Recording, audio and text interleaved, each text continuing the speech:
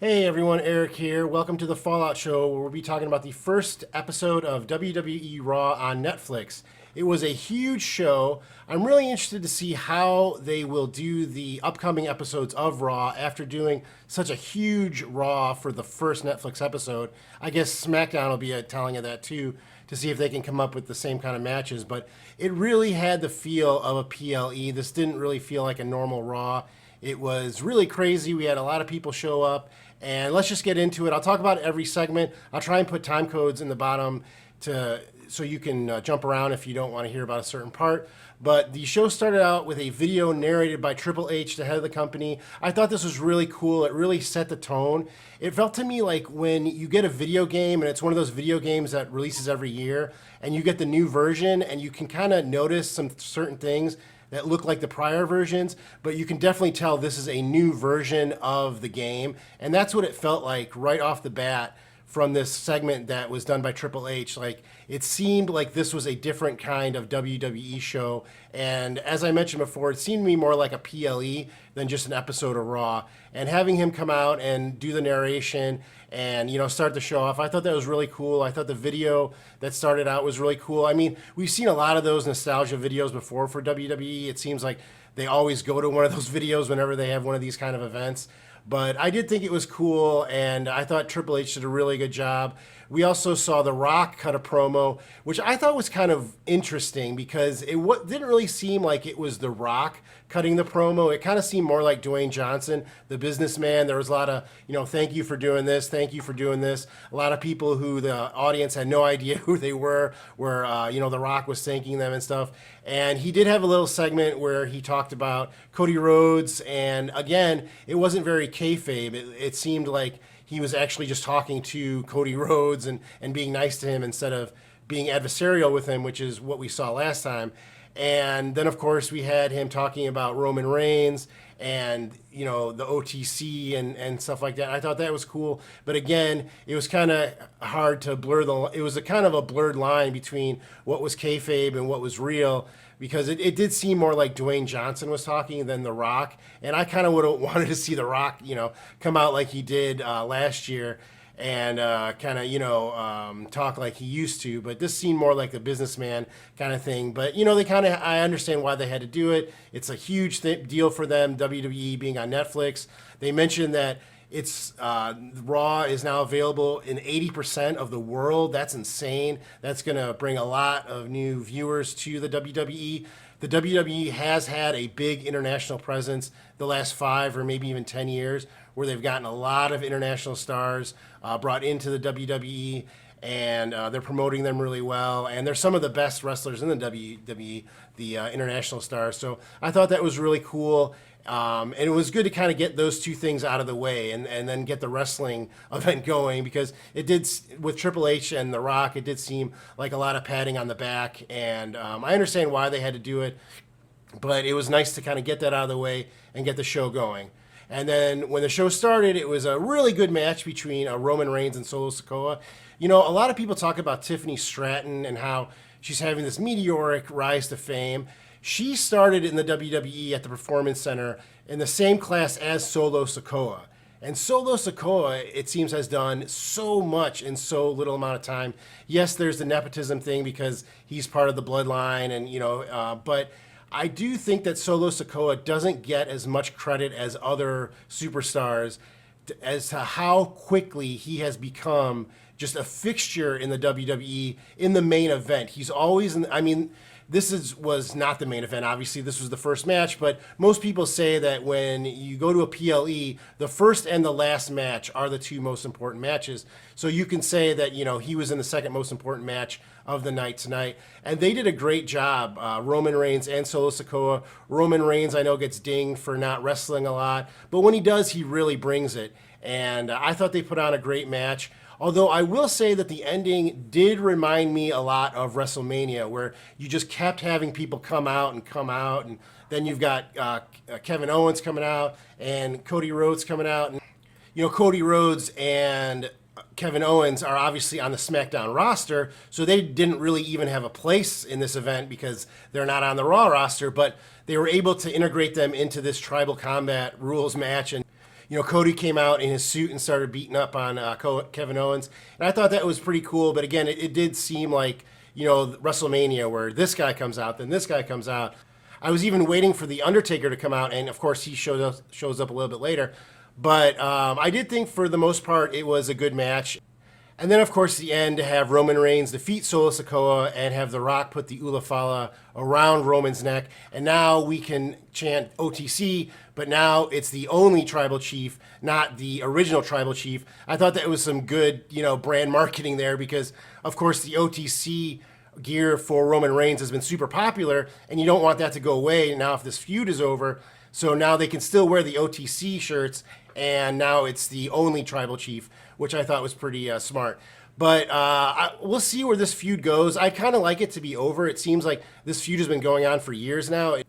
I thought it was also interesting to have Cody Rhodes come out and help Roman Reigns. Where at WrestleMania, which I was just talking about, in that match, it was Roman Reigns versus Cody Rhodes, and now they're helping each other out, so that's interesting. But all in all, I thought it was a good match. I thought it was a good way to kick off the episode. It was an action-packed match. Of course, we had a lot of people run in, and I hope we get some closure from it. I hope this doesn't just turn into another chapter in this feud. I'd like to see it, branch out and see where it goes and see where The Rock falls into this. It seemed like he was very chummy with both Cody Rhodes and Roman Reigns. Maybe they'll bring The Rock back as a face. I kind of like him more as a heel. I thought he did a great job as a heel last year coming back. So we'll see what happens. But all in all, I thought it was a good match. Next, we had the New Day come out, and I really like that they turned the New Day in the heels. They were one of the groups that I thought could never be heels because they were so over as baby faces. And I think Kofi Kingston and Xavier Woods are doing a great job. I like that they're doing backstage interviews because they can't do interviews in the ring anymore because they're getting booed out. And I thought it was really cool to have them come out, bring up the Drake thing to get the LA crowd going. I thought that was really interesting. Jackie Redmond does a great job interviewing. And I thought that was cool to kind of intersect the matches with these moments of levity. It really shows what the WWE is all about. They're not just, always beating you over the head with these bloody matches. They have, different things going on. So after that, we got another little, tease for this new wrestler that's coming into the WWE. For those of you that don't know, it's a wrestler called Penta Zero. He's been wrestling in Mexico and in AEW for the past few years. He has a brother, too, named Ray Phoenix, who might come over at some time. There's some legal stuff going on, I believe, with AEW for that. But he is definitely going to show up next week and face Chad Gable. When Chad Gable had that segment a little bit later in Raw where he's talking about, I want you to find me the best luchador to take on next week, it's definitely going to be Penta Zero. And I think it'll be interesting. I think that he's better. Penta is better as a tag team partner with his brother Ray. But we'll see. We'll see what happens. It'll be interesting to see if they pair him with Rey Mysterio, because usually whenever they have a luchador in the WWE, they have either a feud with Rey Mysterio or they team with him. So I'm guessing that Rey Mysterio somehow is going to be involved in this. But he's an exciting wrestler, and he's, like I said, he's known more as a tag team guy, I guess, but it'll be interesting to see him without his brother, and maybe his brother will come on later. I think he's got 3 months left on his AEW contract, so we'll see if he debuts in WWE as well. But expect to see Penta Zero versus Chad Gable next week on Raw. And then there were a lot of shots of different superstars from not just Raw, but SmackDown and NXT hanging out. It was cool to see, them get the pops and to see Braun Breaker there and Io Sky and all those different wrestlers that unfortunately didn't get to wrestle on this show but are very integral to the future of the success of WWE. It was smart to get them involved somehow. They also got Gabriel Iglesias involved, and I thought that was really cool too because he's talked about wrestling for a while. He's a wrestling fan. And also to see Rey Mysterio give a shout out to Eddie Guerrero. I thought that was really cool. And the War Raiders were also there. LA Knight was there. LA Knight is one of my favorite stars. So again, it was cool to see all the stars that weren't involved in any real segments or matches to somehow get, a small footprint in this really important episode of Raw. Next, we had the return of John Cena. A lot of people have been wondering, what John Cena is going to be doing in this last year of his career. And I think that we kind of got a hint at how they're going to play John Cena. I think they're going to make him out as an underdog. The way he was describing, saying I don't think I have another WWE title run in me.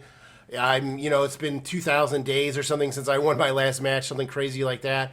I think that they're going to kind of have him maybe even lose his first few matches to get the crowd behind him as an underdog and rooting for him to get that title match. So we've got Royal Rumble coming up, and he made a big deal about wanting to win the Royal Rumble. I think there's a very small chance that he actually wins the Royal Rumble. I think we're going to see him come really close, just this far away from maybe winning the Rumble or getting, a shot at the title multiple times. And I think on his last chance, maybe Money in the Bank, something like that, he'll get it. So his last match is actually maybe for the world title or something like that. I think that that's the way they're going to do it. They're not just going to have him have, let's have him do an AJ Styles match because they had great matches in the past, or have him face Randy Orton, or have him face Logan Paul for no reason. I think that they're going to put him on this kind of like a Cody Rhodes storyline where, it's his story and he needs to get to that match. And it's not going to happen on the first try. It's not going to happen on the second try. It's not going to happen on the third try. It's going to happen on the last try. And then he's finally going to get there and probably have like a Ric Flair, Shawn Michaels style retirement match where maybe he goes against, I don't know, Cody Rhodes or Roman Reigns, and they retire him in a very spectacular style. I think that that's where they're going with him. Just from the promo he cut, where it wasn't like, the champ is here. That was not the kind of John Cena we saw on Raw. He was more like kind of older, kind of, I'm happy to be here. I'm happy to help other people out. I think that they're kind of building him up towards being an underdog, and then we're going to see him lose match after match after match, and then finally win a match, and then finally get a shot at the title and maybe win the title in his final match. But I think that that's where we're going with him. Let me know in the comments, what do you think they're going to do with John Cena? I think the consensus is that they're going to have him wrestle his greatest foes, like I said, like AJ Styles, Randy Orton, stuff like that. I don't think they're going to do that. We might see a couple matches like that, maybe on a Saturday night's main event or something like that, but I don't think that they're bringing John Cena back for a retirement tour. I think they're going to make him have this story, or this underdog story, and get the fans rooting for him again. Because if you recall, John Cena was not always the guy people rooted for. He kind of had a Roman Reigns relationship with the fans, where a lot of times he was popular, but it seemed like when the WWE wanted him to be popular, that's when the fans turned on him. So I think that they're probably going to remember that and not make him, come off, 2,500 days of not winning a match and then just blow through the competition. I don't think they're going to do that. I think they're going to just make him the underdog and let him win from there. But let me know in the comments, what do you think they're going to do with John Cena? I would love to hear it. Then we got a video package from Logan Paul. The only really interesting thing I thought from that was that he said that he was going to be doing wrestling full-time now. We'll see if that's the case. I sometimes get him and his brother mixed up, but I could have swore that Logan Paul was trying to get a match with Conor McGregor, an MMA match or a boxing match or something like that. Maybe that died. I'm not 100% sure. Or maybe that was his brother. But I thought I heard that. But now it seems that he's going to go full-time as a WWE superstar. I don't mind it. He's a great heel because he definitely blurs the line between reality and kayfabe. And that's when wrestling's at its best, when you can't really tell where the line is. And Logan Paul definitely walks that line. I think he's a talented wrestler. He's put on some good matches. You can't really knock him for that. The problem is that when he wrestled before in the WWE, it was so sporadic, and they made him a champ, which I really don't like when they bring guys along and they're only going to wrestle, once every 3 months, and they give them a belt. I think that's really silly. I understand why they do it. It makes them relevant even when they're not wrestling, but it kind of diminishes the belt a little bit, I think. And LA Knight really did a lot to bring the United States title back, and now they've got Shinsuke Nakamura with the title, and I think that's really interesting. So I don't know what they're going to do with Logan Paul. I wouldn't be surprised if they switched him to Raw just to give him a different cadre of villains, so to speak, to go after. But he is a talented wrestler, and if he really devotes himself to the craft, he's great on the mic too. He could be a star. He could definitely be a superstar in the WWE, not just in his own mind, but in actuality too. So it'll be interesting to see who they have him going against, and I look forward to it. I think that as a full-time star, Logan Paul could do a lot of good things.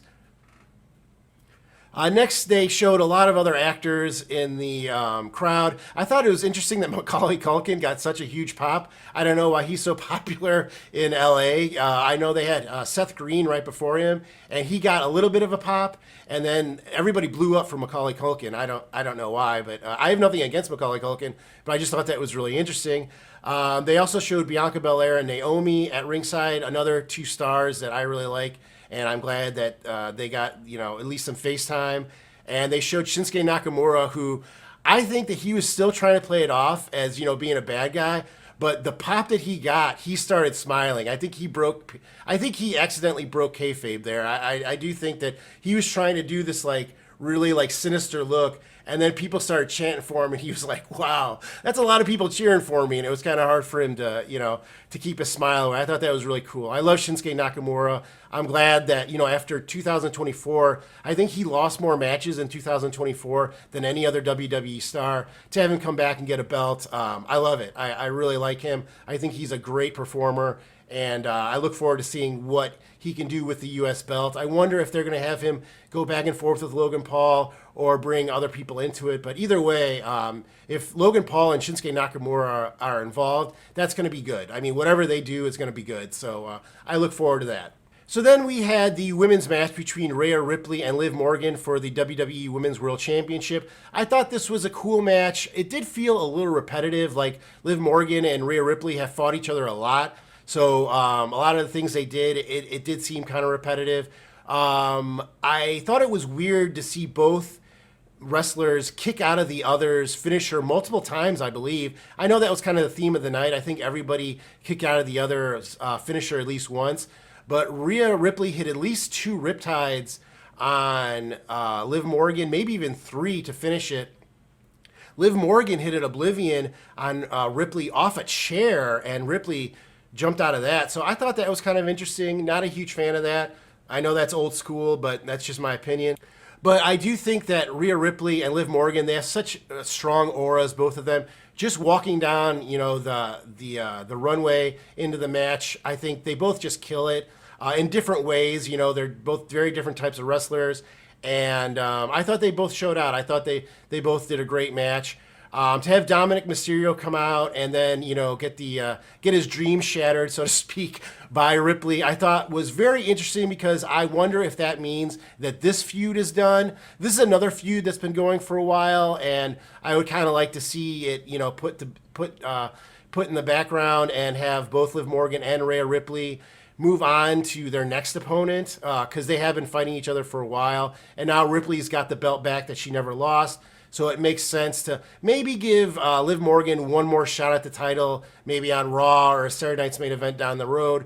But I would like to see Rhea Ripley especially move on to a different opponent, because it does seem like she's been messing with Liv Morgan for a while. Speaking of which, after the match, we get The Undertaker come out for some reason and kind of give props to Rhea Ripley and then right off. I did not love this segment. I did not understand why Undertaker was there. I don't know if it's in his contract that every big moment in the WWE, he's got to be there in some way, because of course he was at the last WrestleMania too. But I just didn't understand it. I thought that was a missed opportunity, because I was really expecting Charlotte Flair to show up. And that's the one thing that this episode of Raw didn't really have, is that, returning superstar. I mean, you could say John Cena, yes, but he didn't. He was expected to show up, and a lot of people were saying that Charlotte Flair might show up at Raw as well. And just to have Undertaker there, just to say good job to Rhea Ripley, it was whatever. It wasn't really anything.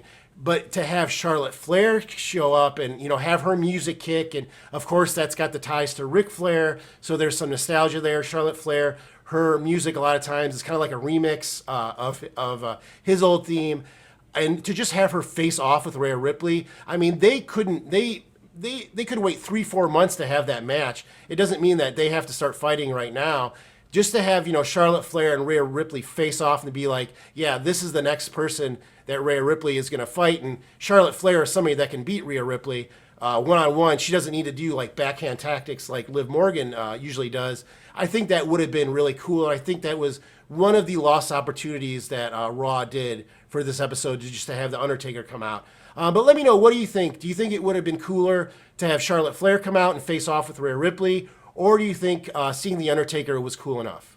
Then we had an interview with Adam Pearce, the GM of Raw, who I think has been doing a great job in that role. We saw him talking to Bayley. That might mean that Bayley is switching from SmackDown to Raw, which would make sense. She's been on SmackDown, I think, for a while. And they also interviewed Chad Gable, and Chad Gable brought up wanting to face a luchador. And like I said, that's definitely going to be Penta Zero next week. I like Chad Gable. I really hope they give him something. I liked when he was going for the IC title. He said that he wants a singles title. I hope it's not just like the speed title or something like that. I would love to see him go for the IC championship again, or maybe switch them to SmackDown and have him go for the US title. I think like him and Braun Breaker, I think would be a good, kind of a match, but we'll see what happens. Chad Gable is just great at what he does. He's great on the mic. He's great in the ring. I think he's one of the guys that's kind of underutilized a little bit. Of course, he's got his own faction now, who I think look great. I think Ivy Nile and the Creed brothers look great behind him. So I do hope they do something with Chad Gable, because he's one of my favorite wrestlers, and I hope that they utilize him a little bit better in the future. Then we had a short little segment with The Miz. I'm over The Miz. I'm not a huge fan of him. I think he's been around forever. He's like a guy that's never takes time off, I feel like. It seems like a lot of wrestlers, will be on for 9 months, off for 3 months. It just seems like The Miz is always around somewhere. I did like the Awesome Truth. That was the last thing that he did that I liked. But, The Miz teasing a matchup with John Cena, that's just a fluff match. I really hope that does not happen. If The Miz enters the Royal Rumble, that's fine, but I really don't want to see The Miz, John Cena again. Again, that's a match, for me, does nothing. I'd rather either see John Cena go against somebody like Carmelo Hayes or something, bring somebody up. But having The Miz go against, John Cena and Karrion Kross or something like that, I don't think that's anything, so I hope that's not the way they take this. Next, we had a few more celebrities show up, like Vanessa Hudgens and Michelle McCool. Damage Control was there. And then we had a very interesting celebrity show up, and I think that's the one that most people are talking about today, and that's Travis Scott. So the next match was Jey Uso versus Drew McIntyre, another good match. But a lot of people are talking about what Travis Scott was carrying to the ring with him. Now, commentator Pat McAfee did his best to say that he was carrying sage with him to the ring. I've never seen anyone smoke sage before. I mean, I'm not, I've been around the block a few times. I haven't seen everything, but I've never seen anyone smoke sage before. So I don't think, to be blunt, I don't think that was sage. And it was very cool that Jey Uso did not partake, because I think that would have been a problem. I think the WWE can get away with, Travis Scott coming to the ring with that. But if Jey Uso would have partake in that, I don't think it would have worked out too well for the WWE. So good on Jey Uso for resisting. It was a great entrance, though. The whole crowd was into it. Jey Uso is so over. It's so interesting for me with Jey Uso, because I don't think there's been another wrestler who's done so little in the ring to be so popular with the fans. And let me just say, Jey Uso is one of the greatest tag team wrestlers that's ever been. I am not discounting his, decade or so as one of the Usos, but as far as like a singles competitor, did he win the IC belt? I don't think he's ever won a singles championship, and he's one of the most over wrestlers on the WWE roster. To have him come out every time and the crowd just go nuts like they do, it's really something. And I really don't understand how they got lightning in the bottle with Jey Uso, but he's great. I think that to have him to be able to kind of do mid-card matches, really, and to have that kind of pop, I mean, that's lightning in a bottle that they got with Jey Uso. And he can bring it. I mean, he's a good wrestler. Him and Drew McIntyre had a great match. The ending was a little meh with him kind of getting the dirty pin, so to speak, on Drew McIntyre. But that's another thing with Jey Uso. He never dominates in the ring. He's not the kind of guy that's gonna hit 2 spears and a jackhammer and then the match is over. He always has to do something here, something there, and get the win as a face. So he can't do the heel stuff. He's got to find a way to still, win on the margins as being a face. So, but again, I'd like to see him, take that next step as a wrestler and just be dominant in the ring and not, kind of eke out a win here against the big guys or just lose. Now, this feud he's got with Drew McIntyre, I don't think it's going to be over because of the way that Drew McIntyre lost. There's been, inklings of a new faction that Drew McIntyre is going to start with other wrestlers that are, mad at the WWE or whatever, like a new NWO, something like that. I don't know if that's going to happen. I think Drew McIntyre is also doing a great job. I think that he's one of the best heels in the business right now. He's a great wrestler. That match he had with CM Punk last year was insane. So we know that he can bring it in any kind of match. So I'm interested to see where this goes. But I don't think that this feud is over, and I think that we're going to see something more from Jey Uso and Drew McIntyre. But all in all, I thought it was a really good match. Next, we had a cut promo from the World Heavyweight Champion Gunther, and I just realized when I saw that, like, wow, they are not even having their champion wrestle on this program. It's crazy that Raw was that big, and they didn't even have the champ fight. Usually, when you've got like one of these big, PLEs or whatever, you expect the World Heavyweight Champion to put their belt on the line. And somehow Raw was able to do this without having Gunther fight anyone. I thought that was pretty amazing. I didn't even realize it until I saw him cut this promo. And I thought that was pretty interesting that they were still able to pull off this crazy show and not have a world title fight. I mean, of course, the women did, but for the men, I think that's pretty interesting. I don't really understand the purpose of the promo, though. I mean, maybe it's to get people who are not who have not been watching the WWE for the past 5-10 years and are back into it, to show them who the champion is now because he didn't wrestle. But Gunther was just saying Gunther things. He wasn't really, saying anything new. So I don't know, what this means for Gunther. I don't really think it meant anything. I think it was really just to show the fans like, hey, don't forget, we've got a world champ too. This is our world champ. He's awesome. And look out for him. Next, we had a segment with Gabriel Iglesias getting interviewed by Kathy Kelly, and the New Day interrupted them, and then they were interrupted by the Alpha Academy. I feel like Gabriel Iglesias forgot the name of the Alpha Academy during this segment because it seemed like he was going to look back and say something to Otis, and he was like, I don't remember your name. So he didn't say anything, but thankfully, Gabriel Iglesias did remember the New Day sucks chants, so at least he got that right. But yeah, I thought that was kind of funny. And then we got a segment of Roman Reigns walking backstage with Paul Heyman, and he was teasing something at January 27th, and then they walk into a room, and it says WWE 2K25. Da, da, da, da. There's going to be another WWE 2K game. Hopefully they do more stuff this year than just add more finishers. I mean, it feels like that's really was the only difference between WWE 2K24 and 2K23 is that now you can do multiple finishers instead of only having one or two. Hopefully they do a lot more cool stuff. I mean, there was the ambulance matches and stuff like that, I guess. So there is some of that, but we'll see. I like I like these games. The only thing I don't like is by the time they come out, like a lot of the factions are different. A lot of the characters aren't the way they are in real life and stuff like that. So you have to download stuff. But I guess that's, like with any sports game like this. But it does look like we're going to get an announcement on January 27th about WWE 2K25. It's probably going to be released around WrestleMania. I believe that's when it is every year, maybe a little bit before. So expect the next game in the 2K franchise to come out sometime in March or April. Then we had a segment with Rhea Ripley and Damian Priest, and it was revealed that Priest will be fighting Finn Balor next week in a no-holds-barred match, I believe. That was interesting. Finn Balor is another guy that I feel is kind of underutilized. He could be a world title holder. To not have a belt around his waist seems kind of weird. I thought him and Damian Priest as a Judgment Day tag team were great.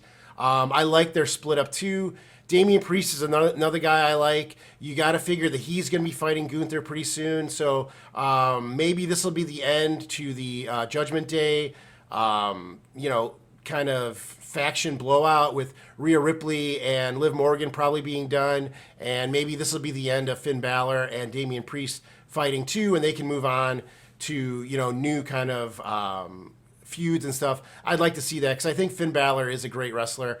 And it seems like, again, he's been doing this for a few years now, the same kind of feud. So I'd like to see him kind of break out and do something else because he's great. He's a great wrestler, and he's kind of underutilized right now. And then next was the most interesting, I think, of all these segments in Raw, and that was Hulk Hogan. Now, I would say everything that happened in this episode of Raw was positive, except for this. This was a mistake.